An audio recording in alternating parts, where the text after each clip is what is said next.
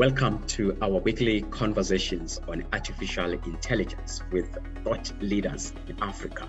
My name is Zenzele Ndlovu. I am the head of research and market development at Machine Learning Africa. We attempt to provide insight into AI and other emerging technologies and their inevitable impact in transforming business and the broader society. Please check out our upcoming event, the AI Business Conference.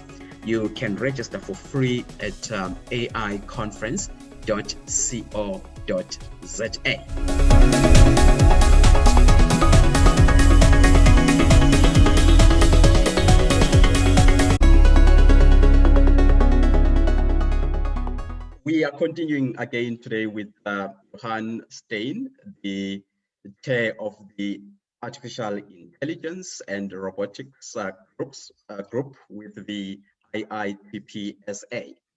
And we have a special guest, the amazing, inspirational Dr. Jacques Ludik. I will ask Johan to introduce Jacques. Johan? Fantastic. Zenzele, thank you so much. I'm always amazed with how many amazing organizations are in our own country when it comes to this technology. You know, we often just hear the news from Silicon Valley and elsewhere, but Dr. Jacques is one of the prominent people in our local market doing great things. So Jacques is the founder and the CEO of Cortex Logic and the Cortex Group. He's the founder and the president of the Machine Intelligence Institute of Africa and also the founder of Sapien.network. Jacques, it's an honor for us. Welcome. Thank you so much. Thank you very much, Johan. Thank you very much, Zenzele, for that nice introduction. Looking forward to the discussion. Thank you. Thank you. Jacques, in your book, Democratizing Artificial Intelligence to Benefit Everyone, you talk about your massive transformative purpose, which is to see business and society thrive in this smart technology era, as you term it. You know, and this is evidenced by your work with MIA, you know, and the community that you have created around innovation and assisting organizations actually to thrive. You know, and maybe putting this together with the title of your book, you seem to believe that anyone can participate in this technology. There are some misconceptions about AI implementation being costly, and maybe at a business level, how can small and medium-sized enterprises participate in this digital transformation or the smart technology era? Yeah, Zenzele, thanks. That's a key question, and if you look at the SMEs, they are very much a very important part of the economy, and it's also a way for people to express themselves economically as well, and also to find meaning. And just to give the broader context around that, yes, my massive transformative purpose is how to shape a better future in the smart technology era. I talk about the smart technology era. Some people talk about the fourth industrial revolution. I believe it's not just an industrial type of play. We're clearly in a digital revolution as well. So there's multiple revolutions that play here, and they play off one another. And it's transformative. It's changing things. And that's why we need visionary leadership. We need proper execution. We need to assist people to participate and share the benefits of this transformative technology. This is exponential technology. We see these kind of changes around us. It feels unreal sometimes. If you see some of the things happening in a short space of time, it's almost like Bill Gates was always saying that you almost kind of underestimate what you can do in 10 years, but you overestimate what you do in a year. But it's really that type of thing here. So and the book is really talking to that.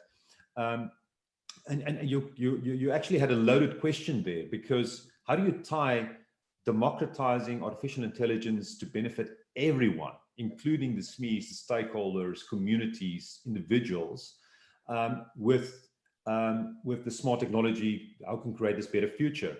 And I think it's it's what I've tried to do in the book was try to obviously it's a synthesis, and it's trying to make sense of what's happening across multiple industries where you find SMEs or small medium enterprise businesses within each of these industries. And I'm actually covering my 4th chapter is about AI-driven digital transformation of the business enterprise, and that is not just for a big enterprise and a big company.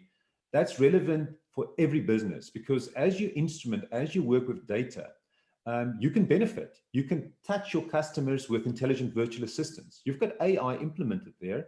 You can mine the data. You can try and implement solutions that will help your business. But for me, it's not just about using the tools like that. It is also, what about the benefits? How can we monetize the data and your services? How can we break it down so that not only the tech giants and the big corporates are benefiting from that? So that's why I'm very much I'm arguing for a decentralized world where we can, because that's a better world to democratize on all levels.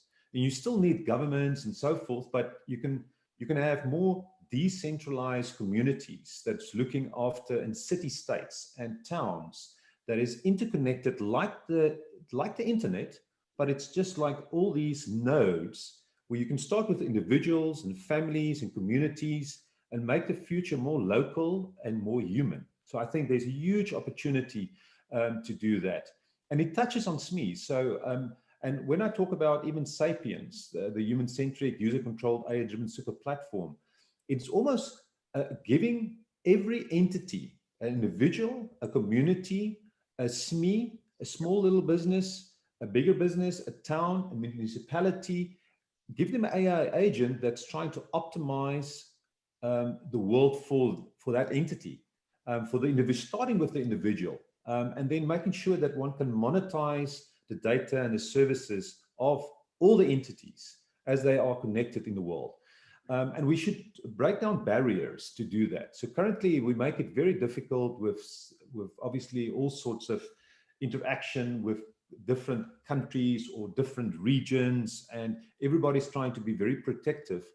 But we need to realize we are one humanity, we're one global civilization. And we just, it's almost like a body. If my knee and my ankle is really sore, my body, I'm going to feel it. It's not good. So I want to make sure that we need to look after all parts of our body. And it starts with the individual elements. It starts with the building blocks. So I think there's huge opportunities. The book is really also about showing SMEs how they can do the transformation, but then showing some use cases, practical use cases across industries. So when I've divided industries, you obviously get SMEs that sits in the consumer-facing businesses, financial services, retail, all those kind of businesses. And then there's more the industrial side as well. It could be agriculture, it could be manufacturing, all of those type of things as well. And in there, I'm actually going through all the different use cases and showing what can be done. And even if people say, AI, it's not that important and transformative, but this book is showing, look at what's already happening in the last, say, 10 years. It is amazing what's happening, and you can't avoid it almost. And then I also cover something that's very close to my heart, is the whole education and healthcare and wellness. So obviously from a Cortex Logic side and Cortex Group side, we are very focused on AI-driven, personalized platform businesses and things that we create. And that's really also playing into help to shape a better future in the smart technology era. So you do that with AI-enabled personalized education, precision healthcare, wellness, all of that. And I think it's very important for Africa. We need to think out of the box. We need to spend our money wisely, of governments of Africa, the money that's coming in from an international perspective. Are we optimally spending that money to educate and looking at education and healthcare and wellness? And right now we see even mental health, how many people are struggling. And I think with COVID-19, you see how people struggle. So that is a very, very important area. And there's some really exciting healthcare initiatives happening. Just quickly from not only from a Cortex, it's like separate to Cortex, we're also looking at an AI Africa VC fund. Like we'll make some announcements about that shortly. And then we will really zoom in and focus on these kind of things like healthcare or agriculture, education, and so forth. And then the other thing I wanted to say was, I think government has got a huge role to play, public sector, a leading role to play. So I do have a chapter that talks about AI's impact on society, governments, and the public sector. And I think, and obviously we can have some questions on that as well. I'm sure we're going to dive into those kind of things as well. And the latter part of the book is obviously I'm talking about the future of AI, where people talk about superintelligence and artificial general intelligence. And I really painstakingly look at the AI debates, the progress, and the likely future paths of AI. And then started, all of that is foundation for why we talk about democratizing AI, because it's about beneficial outcomes for humanity. How can we create that beneficial outcomes? And I'm talking about that. But anyway, we can talk about that further. Jacques, so I try and read a book a week, but I must say you messed up my planning because it's 520 odd pages. But you can just choose the parts that you really like because it's written like that. That is what I like. Is there's certain sections, like you mentioned, education and healthcare. So I've been jumping around the book a bit. What I like about it is, I mean, it's very comprehensive, well-researched, footnotes. Yeah. Any person can read it. You don't have to be a techie or working in this field. Yeah. And I also like the philosophical, almost future of humanity kind of lens, because a lot of these books and talks are very techie, platform specific. Yeah. But, you know, I often on these videos, I speak about the fact I'm a father and I think about my 7-year-old's future and what is going to happen to him and his friends. So I think it's the book made me think a lot about you know, it's almost like I think when they discovered nuclear power and yes, you know, realizing they can destroy the world with this, and we are there, but amplified. So it's a great book, and I want to encourage people to read it. I think maybe, having said all that, the question I have is what's maybe the main reason why you decided to write a book like this? Yes, and again, a fantastic question. Thanks for that. I really appreciate that. And I want to say, just to comment very quickly on that, the book is definitely written for the layman. There are here and there a little section that's maybe you need a little bit more knowledge, but it's just for completeness sake, because we do have those people in the audience that want to go into the nitty-gritty. What is the state of the art in AI? But in general, the book is really, as you say, for the layman, it's got a philosophical slant to it as well, because I don't think you can have AI just operating or in an isolated way. You got to think about the big picture. What are we trying to achieve here? And that alludes to now to your question as well, in terms of what is the main thing that I would love to get out of this. And it really ties in. That's why the massive transformative purpose is so important. My own massive transformative purpose of shaping a better future. What can I do as in my little corner of the world, just make a contribution. So for our children's sake and children's sake, and for society and humanity's sake, is there something that we can contribute? Because that also gives meaning to myself. I've got a chapter that deals with we're talking about what does it mean to be human and living meaningful in the 21st century? And it's so interesting, even if you look at a guy like Lex Friedman with all his interviews, and I found it very informative and inspirational, a lot of the inputs from there. But it gives you kind of a thinking of how people think about that as well. But I think it's so important. So to one, not only think about yourself, you think about the big picture. You think about South Africa, think about Africa. And you want to be sensible about your solutions. So, and for me, it's actually quite urgent if I think about it. We can easily go on, and I'm talking about the problematic trajectory of our current civilization in smart technology era. There's people like Daniel Smachtenberger that's arguing that we are really heading for disaster, catastrophic risks. And we know it's a dangerous world. We've actually entered a massively dangerous world because it could go very, very quickly, very wrong. And it's not just external things, it's things that we create. So we as humanity are our biggest enemies. But if we are visionary and smart about the way we go about things, and we should also try and focus more on character, on substance, not the superficial kind of things. And I'm talking about the book about that. So for me, as you would notice, I'm introducing a massive transformative purpose for humanity. Now you can say, "Oh, that's bold and stuff." But I've looked at what others are doing, and I've looked at United Nations, their 2030 vision. And if you read it carefully, you see it's actually great. It's fantastic if we can get it right. And they do have the Sustainable Development Goals, which is fantastic. But there's some, but what they find in practice, they struggle to implement those goals because it's difficult. It's not easy. So we've got to think out of the box with solutions. So what I'm trying to do in the book is to not only talk about AI and its transformative power, but talking about that future that we can create if we're visionary and we think carefully about everything, what we can do to actually make a difference in this world. So I'm very excited about that. I'm going to have podcasts. I'm going to talk about that. I'm not just as my contribution, and I hope that we can get more people excited about that and not focus on the negatives, because there are negatives, and we need to think about how can we get away from that, or at least manage those kind of risks, because there are clear risks. And I've tried to be objective as well, because there's real, you can't just paint a beautiful picture without being very practical and realistic about how things can go wrong. So we've got to say, how can we prevent that? And so I've got specific chapters talking about beneficial human-centric future. So, yeah, so for me, it's about practical outcomes. And that's why I'm even suggesting Sapiens.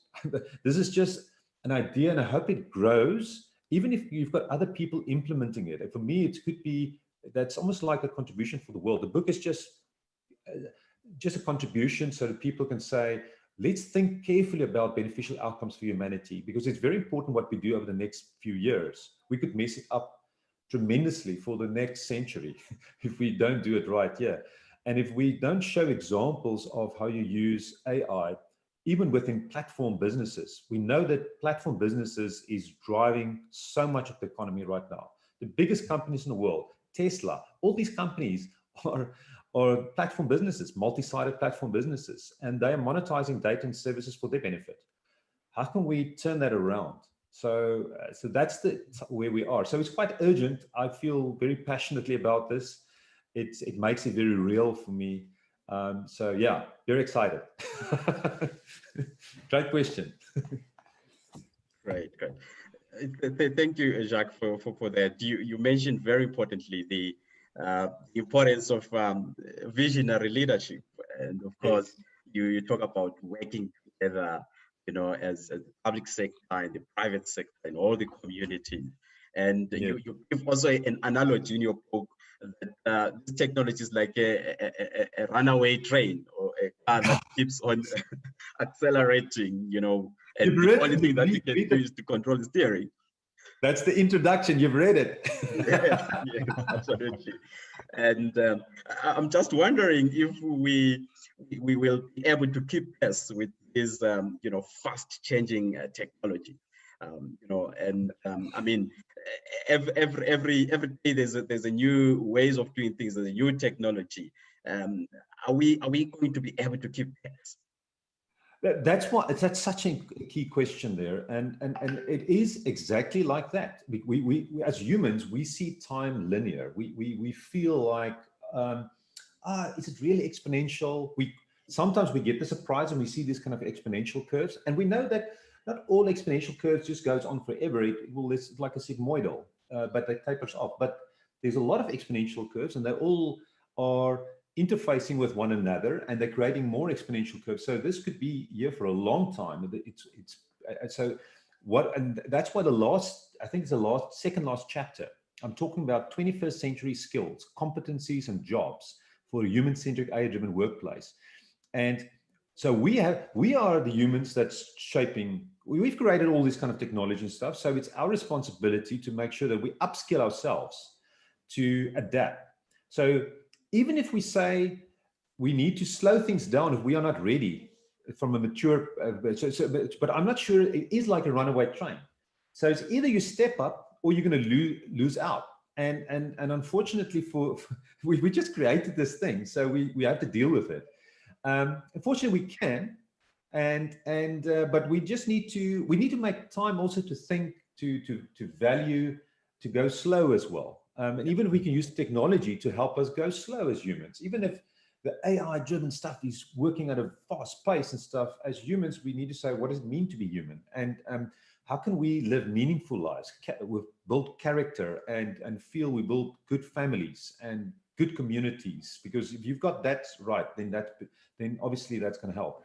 So, but you can see it touches on so many, the fabric of civilization and humanity. So we need different stakeholders. I can't just here on my own write a book, thank you, make a contribution, and then hope that would solve everything. That's why, as you look at President Cyril Ramaphosa, he's got an important role to play. We've got guys like Professor Tselitsi Marwala. I just love everyone that's trying to move us in the right direction. What Johan, what you're doing, and obviously Zenzele, what you are doing, everything is making a contribution. And as long as we can get to practical steps where we can really show tangible results, and that's why I think we need to get it right in cities, in towns, show how it could be done. And it's like maybe as a two-pronged type of strategy. You have got to have a top-down strategy from a government perspective and regional perspective, but then there's a bottom-up as well. And we need to empower citizens to deal with this in an appropriate way. I would put so much focus and money. That's why educating people to deal with the fourth industrial revolution, with the smart technology era, I think it's hugely important. And we can use AI. So we're making our little contribution from a business side, where we say, let's help people just with their mental health and overall wellness, and even financial wellness, how they can be better equipped. And we've got AI agents that is supporting people. So 24/7. And we also have a vehicle to connect to specialists where you can go to a helpline.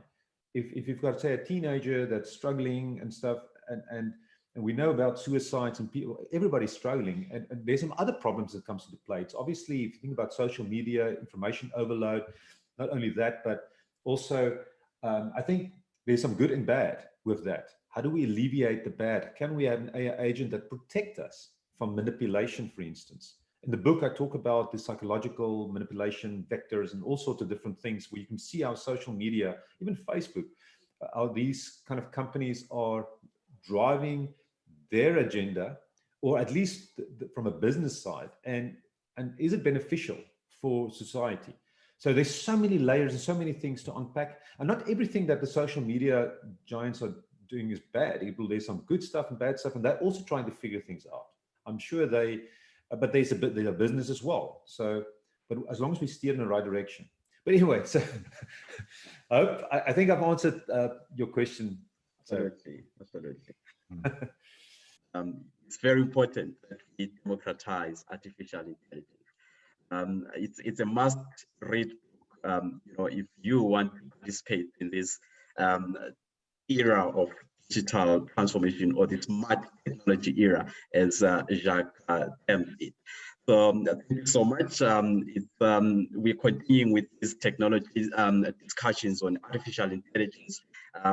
Let's meet again next week and discuss and hear more about this. The more we understand, the more we dispel all the fears and misconceptions around these technologies, and the more confident we face the future and change our lives. That's talks about better futures, and that's what we're striving for. Let's all strive for that. Thank you so much, and thank you, Johan, as well. We really appreciate. We're grateful, and I think there's a lot of things that we yet to discuss when it comes to the technology. Thank you so much. Absolutely. Yeah. Thanks very much. Thanks very much, Johan and Zenzele. It's great to talk to you guys. I'm looking forward to any future discussions. There's so much to unpack. And yeah, fantastic. Thanks for all the great work that you guys are doing.